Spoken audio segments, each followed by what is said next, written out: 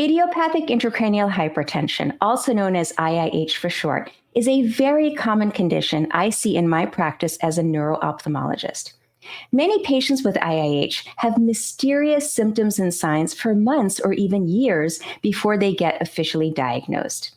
Today, I'm so excited to welcome to the IQ podcast a patient of mine who has been diagnosed with IIH, and she's going to be talking about her journey with this condition, how she was diagnosed, what her workup was, and what the treatment entailed, and how she's doing so well now with this condition, having been able to manage it and get off medication. So stay tuned for this week's episode on the IQ podcast with me, Dr. Rani Banik. Hello and welcome to another episode of the IQ podcast. I'm your host, Dr. Rani Banik, and in this podcast, you'll gain insights about vision health and brain health to help you raise your IQ. Today, we're continuing with our series on IIH, also known as Idiopathic Intracranial Hypertension. And I'm so honored to welcome to the IQ podcast one of my patients who's been diagnosed with the condition so that you all can learn about a patient's perspective with IIH. Welcome to the IQ podcast, Latisha White. We are so glad that you could join us today. Thank you for having me. Absolutely. So as I had mentioned in the introduction, IIH can sometimes, patients can have symptoms for a very long time before they're actually diagnosed or officially diagnosed. Could you just share with us, what are some of the symptoms that you had? I know that they were going on for quite some time, but what are some of the initial symptoms you had, and kind of what was the context of all of this, like when you were first diagnosed? So like you said, I believe I had it a lot longer than I thought. So it started out with bad headaches that I just could not shake. And I spoke to my doctor about it, and he prescribed me something a little stronger than Tylenol or Advil. And I went back to see him months later, and he asked me about the headaches, and they were still there. They just would not go away. So that was the only symptom I was having, like really bad headaches. You're not alone, because many people with IIH, that is the very first symptom. But can I ask you, did you have headaches prior in your life? Like, for example, did you ever used to get migraine headaches or any other types of headaches regularly before this episode? So I did not have migraines, but I believe the symptoms of IIH were happening long before I caught wind of it. And can you tell us a little bit about the headache? Like, what type of headache was it? Where was it? How bad was it? Oh, God. So it just kind of went straight. Sometimes it would go across my forehead. Mm-hmm. On a scale of 1 to 10, it would be a 10 at times. Wow. Like my headaches were really bad. Really bad. Very severe. Really bad. Wow. But on most days, it would be somewhere around a 7 or 8. Okay. And also with the headache, did you try, I mean, you mentioned that your doctor gave you some medications. Did you try other medicines? Did they respond to the medicines or not really? No, there was only one other medication. I can't really think of the name right now, but there was just one other medication that I tried, and it didn't work. Mm-hmm. It did not work.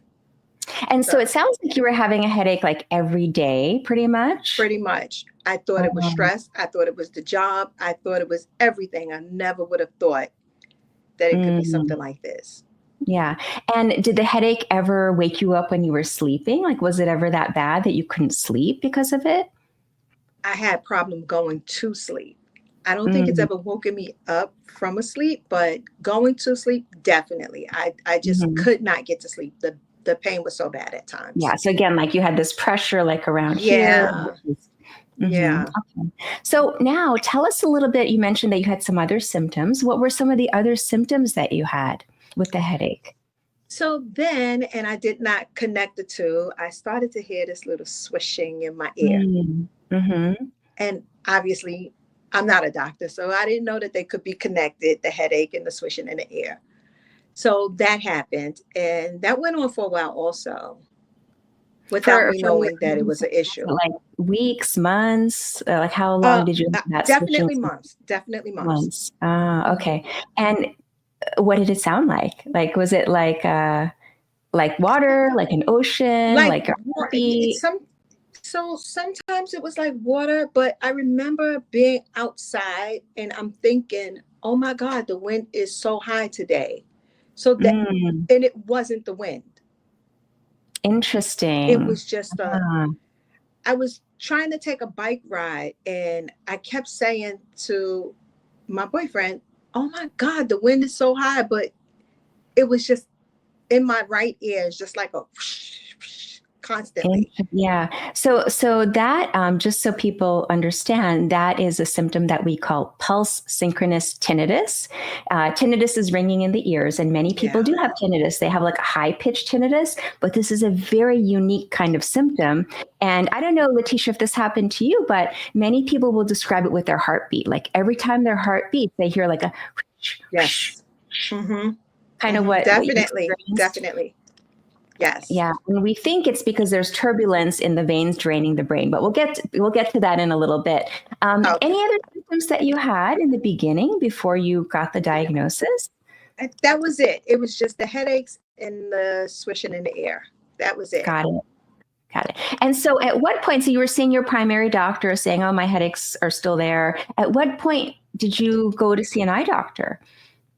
So, so he prescribed another medication for me, and when I went back to see him, just on a regular visit, like a annual, he says, how are the headaches?" And I'm like, "Oh, they're still there." He says, "I don't like this.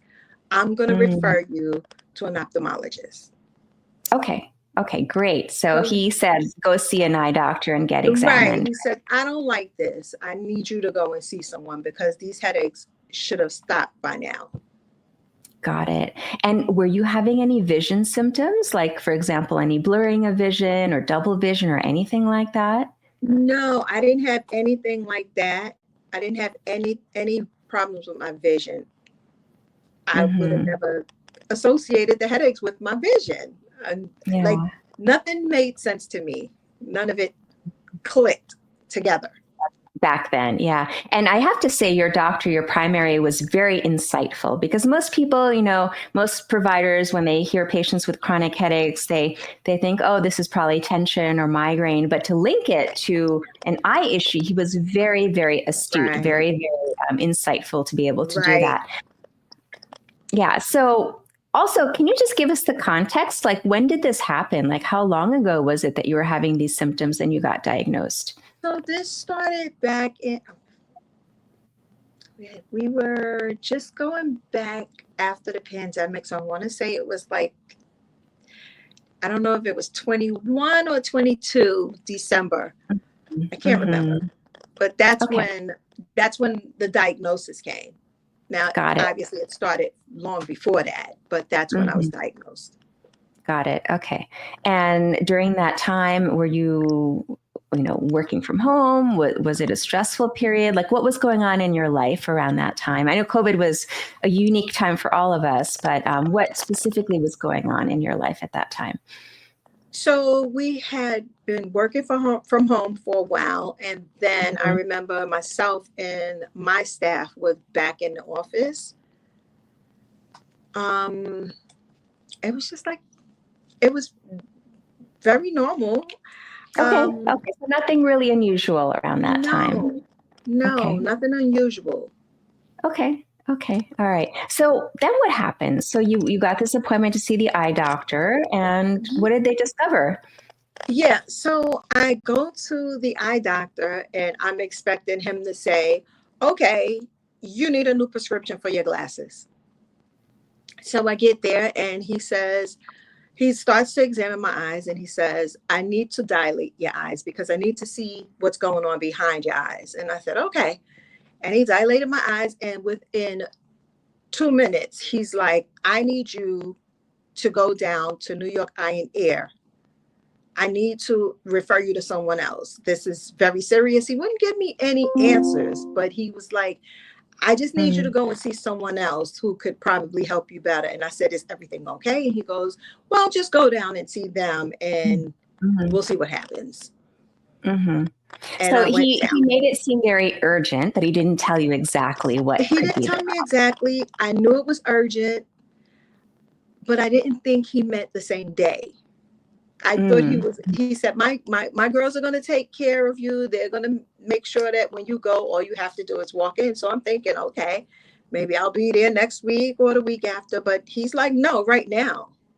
Like, you need to go mm. right now. Right. It's And an emergency. Right. that's when I started to think, oh my God, this is serious. All right. So you got to New York Eye and Ear that same day, and walk us through what happened. What did you experience there? What did the doctors do? So that's when things became really scary for me, because once they did their examination, I was told we need to. So they said, what they said to me is, what we're seeing is that your optic nerve is swollen, and we need to make sure that this is not a brain tumor. And I heard nothing else but brain tumor after that. Mm, So, and they took really great care of me, I will say that. So then they decided that they wanted me to do an MRI, and it had to be done today. They mm-hmm, called an mm-hmm. ambulance to come and get me, to take me over to the hospital. So everything was moving really, really fast. It was like, well, I just went to the eye doctor, and now here I am in an ambulance, and I'm going to have this MRI done. And Yeah. obviously, it Is. wasn't a tumor, but it was Yeah. really scary. It is a very scary situation because you don't even link, having headaches to having an eye issue, first of all. And then from there, No, having an eye issue to having a brain issue and needing an emergency MRI. I mean, that's kind of mind boggling for a lot of patients, but you handled it so well. And I know it's very frightening to think that you could have a tumor, but as eye doctors, like, just to let you know and let our audience know, it is really our number one priority to make sure that the patient is stable. And we don't expect there to be a brain tumor, but that's why we do it as an emergency, because we don't want to miss a brain tumor. So, I mean, I would say in my experience, over 99.5% of our patients have no brain tumor. They have nothing like that, right, but we have to do the scan. We can't let the right, patient go, because once we see that swelling of the optic nerves, we have to make sure it's not a brain tumor. right, right. Yeah. So then what happened? Like, so you went to the hospital, you got the MRI, and then what happened? Yeah, so then I waited, and they told me that the MRI was good, was clear. There was no brain tumor, and yeah, from there I just started seeing. So the doctor over at New York Eye and Ear, I had to go back to see him, and he prescribed cetazolamide, and I started Mm-hmm. to take that. I was taking originally 500 milligrams twice a day. Mm-hmm. Um, Definitely helped. Definitely Mm-hmm. helped. With the I would headaches, you're saying. say after a week or so, I started to notice the difference. It took a little while, but after about a week or so, I started to notice a difference. Now, at one point, I did have to do a lumbar puncture. Mm-hmm. Mm-hmm. Tell us about that experience. I know it's something no patient ever looks forward to, but it's so important for the diagnosis. So tell us, like, what happened with the lumbar puncture. So the lumbar puncture was scheduled, and I went in and I had that done. Uh, I will say it wasn't as bad as I thought it would be. So Mm-hmm. building up to going is much more scarier than Mm-hmm. it really Yeah. is. And I got there, and the doctor was great, and he did it, and everything was fine. But after an entire week after, I had the worst headache of my entire life. Mm. And I was told that it was something, has something to do with the needle going into your spine and air, or something going in, and that could happen. But once that was over, things were great. Yeah. So I'm just going to add a little bit of context for our audience. So the spinal tap or lumbar puncture is when there's a needle put into the back, into the lower back. And the goal, the real purpose of it is to measure the pressure in the Right. fluid around the brain, which is typically high in IIH, but it's also to make sure that patients don't have other reasons for having high pressure in the brain. For example, an infection or inflammation or cancer. There's many reasons why we do a spinal tap. So it's not, we tell our patients it really is mandatory. It's not something optional. Everybody with suspected IIH should have a spinal tap. So that's why we put our patients through it. So I'm sorry you went through that, but it was really important as part of the I workup. survived it. Survived it. And the headache you had afterwards, I'll just share something with the audience. So I believe your pressure, I don't have your notes in front of me, but I believe it was 30 something, like 36 or 37. So just so you know, everyone knows, normal pressure is up to about 25. So your pressure was high. So imagine somebody has high pressure in the brain, their pressure is 37, they get the spinal tap, and all of a sudden their pressure is lowered down to like 15. Your brain is not used to 15. Your brain is used to 37.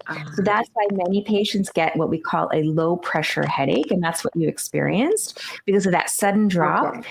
And sometimes what can happen is, the needle goes into the spine, into the spinal fluid area. Sometimes there's a tiny little kind of a leak at where the needle went in from the needle track. And so the pressure, instead of going right back up to 37 again, it stays low. And again, your brain is not used to that low pressure. So we call that a low pressure headache. And usually it goes away within 3 to 5 days. But it can happen. And it is a different type of headache, right? Like It is. It is. So the only thing that would take that headache away was literally laying on my back. yes. And it is positional. And, sometimes patients, they respond to painkillers or caffeine can get rid of that headache. But sometimes we just have to wait a few days. And Yeah. sometimes patients even need a blood patch to close up any small leak that may be there. So it's not leaking anymore. Yeah, I'm so Okay. sorry you went through that, but it is common for many patients to get that type of low pressure headache. Yeah. Well, this has been such an interesting discussion, Latisha, and I really appreciate your sharing your experiences. We are going to take a very, very short break, and then we'll be right back with more on the IQ podcast. So stay tuned. Welcome back, everyone, to the IQ podcast. Today, we're chatting about IIH with one of my patients, Latisha White. And so, Latisha, now I want to talk to you about the treatment. You mentioned that the doctor started you on this medicine called acetazolamide. We also call it Diamox, sometimes depending on the brand. Tell us about what happened with this medicine. So when I started taking the medicine, like I said, it took about a week or so to start working. And I started to notice that the headaches didn't come as much as they were coming. I even noticed that the swishing in my ear, although I still had it, sometimes I did not. I took 500 milligrams every day. It helped me. It helped me lose weight. Actually, I changed my diet and I was taking the medication, and my weight dropped down. I lost about 20 pounds, and then everything just went away. Wow. That was the first time. Can we talk a little bit more about weight? Okay. We know as medical professionals that weight is a risk factor for IIH. It's not the only risk factor, but it's one of the risk factors. And so before all of these symptoms ever started, had you gained weight or lost weight, or you were stable? Like, what was your weight before you got diagnosed? I gained weight because I was always really thin. And I might have gained about 20, 30 pounds. Mm-hmm. And I'm pretty sure that's around the time when the headaches began. I definitely Mm-hmm. gained a lot of weight. Yeah, we hear that a lot from our IIH patients, particularly women. Women who are kind of, in the menstrual period in their lives. Weight gain, usually it's in the range of like 15 to 20 pounds is what we hear, and usually like 6 months before the symptoms start. So it is common.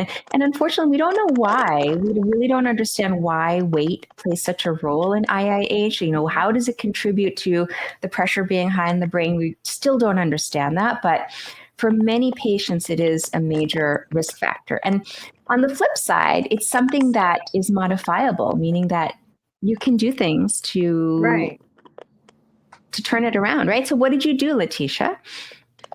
So that was the first time, and I did. I lost 20 pounds. I changed my diet and I started to work out and I took the medication and I dropped down 20 pounds, and everything just stopped.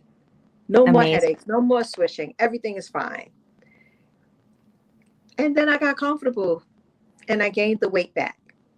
Okay. So it did come back. It did come back. It did Interesting. come back. So It how did come much back. weight when you had gained the weight back, about at what point did it come back? Like, was it immediate, or was it only if you gained back like 50, whatever you had lost? Like, when did it come back, the symptoms? So I dropped down 20 pounds. I picked back up all of the 20 pounds. And it was Mm, like just right after that, it came back. mhm, It, mhm. it came right back as soon as I gained the weight back.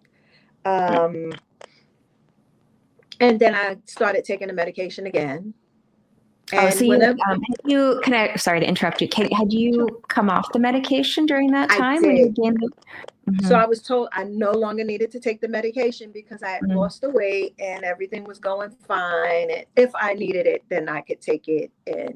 But for now, I did not need to take the medication anymore. mhm, And I didn't. And then I gained the weight back mhm. and it came back. And you knew, right? You could tell I right knew away. right away. I knew Yeah. right away. So one day I would just happen to be laying across my bed and I heard a swishing in my ear and I'm like, oh no. Mm. And So then that the was next your day, and telltale then, sign, right? Was that swishing in yeah, the ear. Many patients will, it's interesting you say that, Latisha. Many patients, before they actually develop the headaches, they will hear the swishing first. That will be like the first thing where they know, okay, there's a red flag. It's coming back. right. So that's the red flag for me, like the swishing in my ear, like for now, like after the first time, because I didn't really have a headache as much this time. And maybe in the beginning, the swishing started first, and maybe Mhm, it just didn't register. The headaches mhm. did. But I see. this, I mean, after I lost the weight and I gained it back, I heard that swishing and I just thought, oh no. Mm. But Letitia, you handled it very well the first time, right? You got it to go into remission. I So did. you had a really great outcome the first time. So how did you handle it when you had this recurrence? What did you do? So when it came back, I started to take the medication again. Not, well, I was told that I only needed to take 500 milligrams. After a while, I was down to 500 milligrams a day. So I Mm, immediately started taking it again and I started watching what I was eating and I started to walk a little more. hmm. And I managed to drop down enough weight that like I don't want to say it's gone, but it's definitely in remission right now. So I'm not having any symptoms. Amazing. And I think the last time I saw you, I think it was a few weeks ago, we had you come off the medicine, right? So you stopped the Yes, medicine. And how are yes. you doing now? I'm How doing is great. everything? I'm doing great. Excellent. And this time I'm not going to pick back up the weight. Okay. All right. All right. If that's an incentive to not gain weight, that's that's great. I wanted to just let our listeners know, when we counsel patients about weight and IIH, first of all, not everyone has gained weight or is overweight. And if somebody has not gained weight or is overweight, we look for other reasons for why they may have high pressure in the brain. So we always Hmm. investigate other things. But if weight we think does play a role, we typically tell our patients, whatever weight you're at, your maximum weight, we usually recommend losing about 6 to 10% of that weight. So I'll give you an example. If somebody weighs like 200 pounds, we usually recommend that they go down to, lose like 15 to 20 pounds. So they can go down to like 185, 180, that would be their target Hmm. weight. So it's not like we're Right, asking people to lose 50 pounds or more. right. It's even like small amounts of weight loss can make all the difference. So for you, your kind of mark was kind of like 15, 20 pounds. That's kind of where you're Hmm. at with your target. So I've already lost 15 pounds and I plan on, even though I'm not having any symptoms, I do plan on trying to go down at least another 10 pounds. Okay, amazing. So Yeah. yeah, Yeah. yeah. And in most of our patients with IIH, when people lose the weight, they tend to have not just resolution of all their symptoms, but their swelling goes away. So I'll just share something also with the audience. When Tisha first came in, the first episode, her swelling was a grade 3. So we graded on a scale from 0 to 5, 5 being the worst that it could be. And her swelling was a 3. And then gradually it went down. It went down to like 0 to 1. That's, I think, when we had taken you off the medication. And then Yes. when you came back again the second time, it wasn't 3 again. It wasn't that bad. It was more like 1 to 2. And most recently, when I saw you, it was back down to 0. So it can Yeah. fluctuate. The swelling fluctuates. And it really is very sensitive to weight loss for whatever reason. Yeah. Yeah. All right. Well, I'm so glad to see you're doing so well and Thank off you. medications, not having any of those symptoms anymore, not having any Yeah. vision issues, no swelling. So I'm really so impressed by your persistence with this condition. I know it can be Thank challenging, it can you. be frightening. Latisha, is there any kind of last words that you'd like to leave our audience with about IIH? Maybe some words of wisdom for patients who may be suffering or who've been recently diagnosed? So I'll tell you this. My daughter has a friend whose mom was having really bad headaches, Mm-hmm. and she was just having really bad headaches. And my daughter said to me, Mom, Kaylin's mom is really sick. She had to go to the emergency room. She's having these bad headaches and she can't kick it. And I immediately told her, tell her mother to have her eyes examined. And I told her to I said, tell your friend my story so that her mother can know what to say when she get there, because Mm-hmm. we don't know. I just Yeah. pass on what happened to me. And so now her mother she has an appointment with an ophthalmologist, and she's going to have her eyes examined and see what happens from there, because the emergency room couldn't tell her anything. Oh, They yeah. just looked Yeah, I really. would echo that. I mean, I think your point is so important. When the headaches are not, daily headaches are not normal. People should not get headaches like that every single day. And Right. when you're kind of, living life like that, it's really not enjoyable to live with a daily headache that It's hard. severe. It's hard. It Yeah. really So is. go see an eye doctor. Just get it checked out if you're someone who's been, diagnosed with just headache or tension or something. But Right. get checked out so you know that it's not IIH. And Right. on the flip side, the good news is people tend to have a really good outcome with IIH. Most people do really well, like you did. Mm-hmm. So it's a scary That's diagnosis to go through the process, but ultimately, most people, I mean, there's a small percentage, about 5 to 10% of people who don't do as well. And maybe they've had it for too long. They've already lost some vision.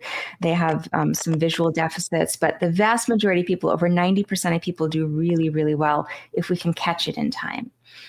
So, yeah. Well, Yeah. thank you for I'm just sharing. glad I did.